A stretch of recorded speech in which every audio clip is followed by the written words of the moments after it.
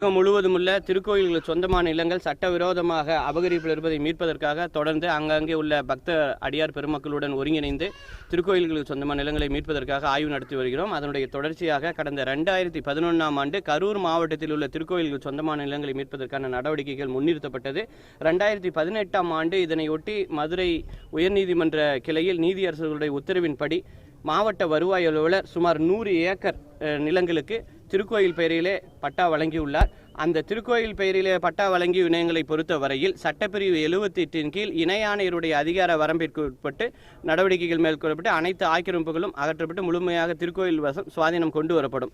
மீதமுள்ள சுமார் 400 ஏக்கர் நிலங்களுக்கு தக்க உரிமையியல் நீதிமன்றத்திலே முறையிடப்பட்டு சுமார் 1000 வழக்குகள் தாக்கல் செய்யப்பட உள்ளது.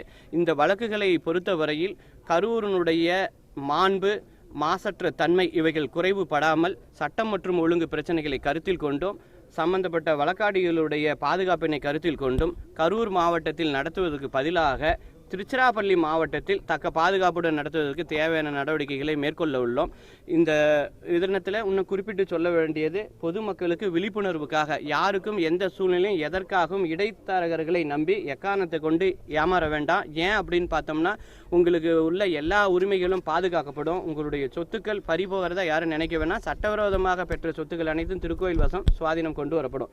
அல்லாது தனிப்பட்ட சொத்துக்கள் எக்காரணத்தை கொண்டு எந்த பாதிப்பிலும் இருக்க வாய்ப்பில்லை. இன்னும் கூட ஒரு பொன்னான வாய்ப்பு, சம்பந்தப்பட்ட திருக்கோயில்களுக்கு சொந்தமான நிலங்களில் இருப்பவர்கள், மீண்டும் சொல்கிறோம், திருக்கோயில்களுக்கு சொந்தமான நிலங்களில் இருப்பவர்கள் திருக்கோயிலுக்கு வாடகை செலுத்துவதாக எழுத்து மூலமாக விண்ணப்பிக்கும் பட்சத்தில் அவர்கள் வாடகைதாரர்களாக அங்கீகரிக்க அரசுக்கு பரிந்துரை செய்வோம்.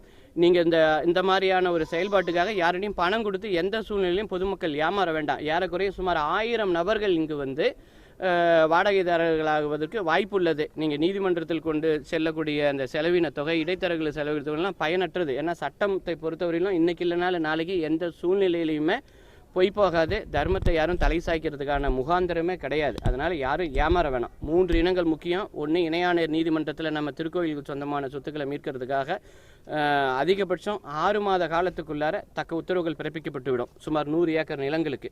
2வது, உரிமையியல் நீதிமன்ற அதிகார வரம்பில் திருச்சிராப்பள்ளி மாவட்டத்தில் வழக்கு தொடுக்கப்பட்டு ஓராண்டிற்குள் வழக்கு நிறைவடையும். இதில் யாருக்கும் எந்த விதமான ஐயப்பாடும் தேவையில்லை. கரூர் மாவட்டத்தில் வழக்குகள் நடத்தப்படாது. அதனால் இங்கே எந்த விதமான அரசியல் செல்வாக்கு, பணபலம், அடியால் பலம், அரசியல் பலம் இது எதுவும் கதைக்காக போகிறது கிடையாது. எந்த விதமான இடையூறுகள் ஏற்பட்டாலும் அதை பற்றி ஒரு பொருட்டு இல்லை. கடந்த காலங்களில் ஏற்பட்டதெல்லாம் ஒரு விஷயமும் அல்ல. அப்படி நம்ம யாரும் நினைக்கிறதும் இல்லை. அதை பற்றி அவசியமும் இல்லை. இது அத்தனையும் கடந்து இன்னும் இந்த புகழ்பெற்ற இந்த சேத்திரம் கரூர் மாட்சிமைக்கு எந்தவித இழுக்கும் நேராத அளவு எல்லா விதமான பணிகளும் இறைவன் மேற்கொள்வார். வெண்ணமலை கோவிலுக்கு எவ்வளோ ஏக்கர் நிலம் இருக்குது? தற்போதைய நிலையில் சுமார் 500 ஏக்கர் நிலங்கள் கண்டறியப்பட்டுள்ளது. கண்டறியப்பட்ட நிலங்களிலே மாவட்ட வருவாய் அலுவலருடைய மேல்முறையீட்டு தீர்ப்பாணையின்படி சுமார் 100 ஏக்கர் நிலங்கள் திருக்கோயிலுக்கு பட்டா வழங்கப்பட்டு விட்டது. மீதமுள்ள இனங்களுக்கு உரிமையியல் நீதிமன்றத்தில் வழக்கு தொடுக்கப்பட்டுள்ளது. இந்த வழக்குகளானது ஓராண்டிற்குள் முடிக்கப்படும். இப்போ அண்மையில் மதுரை நீதிமன்ற ஒரு தீர்ப்பு, அந்த அடிப்படையில் எவ்வளோ ஏக்கர் நிலம் வந்து இன்னும் கையகப்படுத்துது? தமிழ்நாடு முழுக்கவா கரூரா? கரூர் இன்னும் ஏறக்குறைய சுமார் 4000 ஏக்கர் நிலங்கள். நான் சொல்கிறது குறைந்தபட்சமாக சொல்கிறேன். இது எல்லாம் தனியாக பண்ணுறதுக்காக கரூருக்காக தனியாக ஒரு மாவட்ட வருவாய் அலுவலரை நியமனம் செய்ய அரசிடம் நம்ம முறையிட போகிறோம். ஏன்னா இந்த திருக்கோயில் நிலங்கள் மீட்கிறதுக்காகவே தனி மாவட்ட வருவாய் அலுவலர் தேவைப்படுறாங்க. ஏற்கனவே 5 மாவட்ட வருவாய் அலுவலர்கள் நியமனம் செய்கிறதுக்காக அரசுக்கு கருத்துரு போய் 10 ஆண்டுகளாக கிடப்பில் இருக்குது.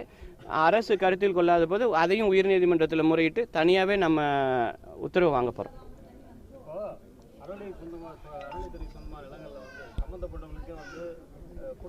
சட்டத்திற்கான முகாந்திரம் இல்லை. அந்த அரசாணை எதிர்த்து மாண்புமிகு சென்னை உயர்நீதிமன்றத்தில் நம்ம வழக்கு தொடர்ந்துருக்கிறோம். அந்த வழக்கின் பேரில் அரசு தரப்பு தலைமை வழக்கறிஞர் ஆஜராகி நாங்கள் மேல் நடவடிக்கை எடுக்கவில்லை என்று உறுதியளிச்சிருக்கிறாரு. அதை நம்பி யாரும் ஏமாற வேண்டாம். அதனால தான் மறுபடியும் சொல்கிறேன், அரசியல் செல்வாக்கு, சொல்வாக்கு, படைபலம், பணபலம் இதை நம்பி என்றைக்குமே யாருமே ஏமாறாதீங்க. சட்டம் எப்பொழுதும் விழிப்புணர்வோடு இருக்கும். சட்டத்தை பற்றி நினைக்கிறவங்க, ஏமாத்து நினைக்கிறவங்க அதுக்கே தூண்டுகோலாக அமைஞ்சு அதை அவங்களே வெற்றியடைய வச்சுருவாங்கிறது தான் இயல்பானது. அந்த அரசாணையின் பேரில் மேல் நடவடிக்கை எடுக்கணும்னு சொல்லி அரசு தலைமை வழக்கறிஞர் உறுதியளிச்சிருக்கிறார். வருகிற 14ஆம் தேதி இதற்கான விசாரணை நாள். இன்னும் தெளிவாக சொல்கிறேன், அரசு கோயில் புறம்போக்கு நிலங்களை பொறுத்தவரையிலும் ஆக்கிரமிப்பாளர்களுக்கு எந்த வகையிலையும் பட்டா வழங்குறதுக்கான சட்ட முகாந்திரமே கிடையாது. அப்படி பட்டா வழங்கப்பட்டாலும் அது செல்ல தகுந்ததல்ல. அதை நம்பி யாரும் ஏமாற வேண்டியதில்லை. அது ஒரு தனிப்பட்ட நேர்வு. இதுதான் ஜென்ரல் இது. ஏன்னா இப்போ வந்து வெண்ணமலை பொறுத்தவரையில் என்ன நினைக்கிறாங்கன்னா சொத்தெல்லாம் பறிபோயிடுமா நினைக்கிறாங்க. யாரும் கவலைப்பட வேண்டியதில்லை. நீங்கள் கோயிலுக்கு வந்து வாடகை கட்ட முன் வந்தீங்கன்னா உங்களை அங்கீகரிக்க போகிறாங்க. அங்கீகரிக்கிறதுக்காக நீங்கள் யாரும் செலவெல்லாம் பண்ணிட்டு இருக்காதீங்க. புரோக்கரெல்லாம் பிடிச்சி பணமெல்லாம் செலவெல்லாம் கொடுத்துட்டு இருக்காதீங்க. உங்களுக்கு சட்டத்திற்கான உரிமை பாதுகாக்கப்படும். உங்களுக்கு எந்த ஒரு வாடகையும் அரசியல் சட்டத்தின்படி 3 ஆண்டுகள் வாடகை, அதற்கு மேலே ஒவ்வொரு ஆண்டுமே 15% தொகை உயர்த்தம் செய்யப்பட்டு செலுத்தணும். அந்த வாடகையை வந்து கண்ணா பின்னான்னு நிர்ணயம் செய்வாங்கன்னு யாரும் பயப்பட தேவையில்லை. அது அந்தந்த இணை ஆணையருடைய தலைமையில் அந்த திருக்கோயிலுடைய நிர்வாகம், மாவட்ட பதிவாளர், பத்திரத்துறை எல்லாரும் சேர்ந்து ஒரு வாடகையை நிர்ணயிப்பாங்க. வெளியில் இருக்கிற வாடகையில் ஒரு பாதி அளவு கூட அறநிலைத்துறையெல்லாம் வராது. அதனால் அதை பற்றி யாரும் கவலைப்பட்டுக்க வேண்டியதில்லை. நம்மளுடைய வேண்டுகோளெல்லாம் ஒன்றே ஒன்று தான், இடைத்தரகர்களை நம்பி யாரும் ஏமாந்து போகாதீங்க. நீங்கள் சட்டவிரோதமாக கொடுக்கக்கூடிய பணத்தில் 10ல் 1 மடங்கு கூட செலவு பண்ண தேவையில்லை. நீங்கள் பயனடைகிறதுக்கு உங்களுடைய உரிமையை நிலைநாட்டிக்குவாங்க. பணத்தை கொடுத்து ஏன் வீணாக போகிறீங்க அப்படிங்கிறது தான் நம்மளுடைய வேண்டுகோள். நாம் இதையும் கூட நம்ம பணிவாக தான் தெரிவிச்சுக்கிறோம். நமக்கு யாருமே எதிர்ப்பும் கிடையாது, யாருக்கும் நம்ம எதிரியும் கிடையாது. நாம் எடுத்த லட்சியம் அடுத்த சந்ததிக்கு ஆன்மீகம் தலைக்கணும். எல்லாரும் ஒழுக்கத்தோட, மாண்போட, மன நிம்மதியோட வாழணும். நோய் நொடி இல்லாமல் மாண்புற வாழணுங்கிறது தான் நம்மளுடைய லட்சியம். அப்போ இந்த மண்ணுக்காகவும் தான் நம்ம பாடுபடுறோம். இந்த மண்ணில் உள்ளவர்களுடைய உயர்வுக்காக, தலையாய பண்புக்காக நம்ம பாடுபடுறோம். நமக்கு ஒன்றும் இதில் மற்ற இனங்கள் ஒரு பொருட்டல்ல. ஏன்னா உலகத்தில் எந்த மூளைக்கு போனாலும் எவ்வளோ வேணாலும், எத்தனை ஆயிரம் கோடி வேணாலும் சம்பாதிக்கலாம். ஆனால் நிம்மதிங்கிற ஒரு ஒத்தை வார்த்தை இல்லை அப்படின்னா இந்த வாழ்க்கை பயனற்றது. அந்த நிம்மதி எங்கே கிடைக்கும் அப்படின்னா, அந்த நிம்மதி கிடைக்கணும் அப்படின்னா அது எங்கே கிடைக்குன்னா ஆண்டவனுடைய சன்னதியில் மட்டும்தான் கிடைக்கணும். அதனால் ஆண்டவன் சன்னதியில் பூஜைகள் நல்லபடியாக நடத்தப்படணும். யாருக்கும் எந்த குறையும் இல்லாமல் இருக்கணும் அப்படிங்கிறதுக்காக தான். அம்மா நீங்கள் சொன்னீங்க, இப்போ கேளுங்கம்மா.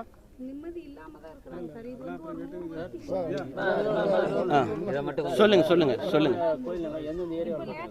ஆத்தூர், காதப்பாறை சொல்றேம்மா, சொல்றேன். ஆத்தூர், காதப்பாறை இந்த 2 கிராமங்களில் உள்ள நிலங்கள் தான். இன்னொன்று அந்த அம்மா சொன்னதுனால சொல்றேன், திருக்கோயில் சொத்துக்களை பொறுத்தவரை எத்தனை ஆண்டுகள் கடந்தாலும் திருக்கோயிலுக்கே சொந்தமானதாகும். 100 ஆண்டுகள் அனுபவிச்சிருக்கோம், 200 ஆண்டுகள் அனுபவிச்சிருக்கிறோம், 12 ஆண்டுகள் நாங்கள் வந்து ஆட்சேபனையற்ற முறையில் அனுபவிச்சிருக்கிறோம். அதனால் எங்களுக்கு சொந்தம்னா சட்டம் அதுக்கு இடமளிக்கல. சமீபத்தில் கூட திருப்பதி தேவஸ்தானத்துக்கு சொந்தமான நிலங்கள் பல 100 ஆண்டுகளுக்கு பிறகு அவ்வளவு நிலங்களும் திருப்பதி தேவஸ்தானத்துக்கு வந்திருக்கு. அதே போல தான் இது. நீங்கள் வந்து அனுபவிக்கிறதுனால எந்த வகையிலையுமே உங்களுக்கு என்றைக்குமே சொந்தமாகாது. திருக்கோயில் சொந்தம் வாங்குபவர்களுடைய பொறுப்பு தான் சொத்துக்களை பொறுத்தவரையிலும். நீங்கள் ஏமாற்றப்பட்டதாக கருதினால் யாரிடம் ஏமாற்றப்பட்டீர்களோ அவர்கள் மீது குற்றவியல் வழக்கு தொடர்ந்து பரிகாரம் தேடிக்கொள்ளலாம். அல்லது அவர்கள் மீது அவருடைய சொத்துக்களின் பேரில் உரிமையல் வழக்கு தொடர்ந்து பரிகாரமும் தேடிக்கொள்ளலாம்.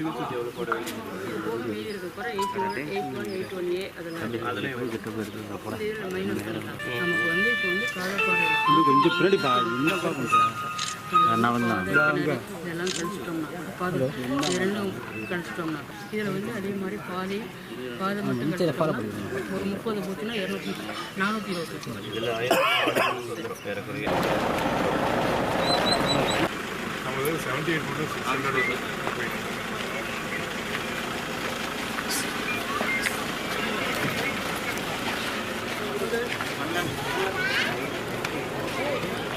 கரூர்லேயும் தான் ரொம்ப அதிகம்.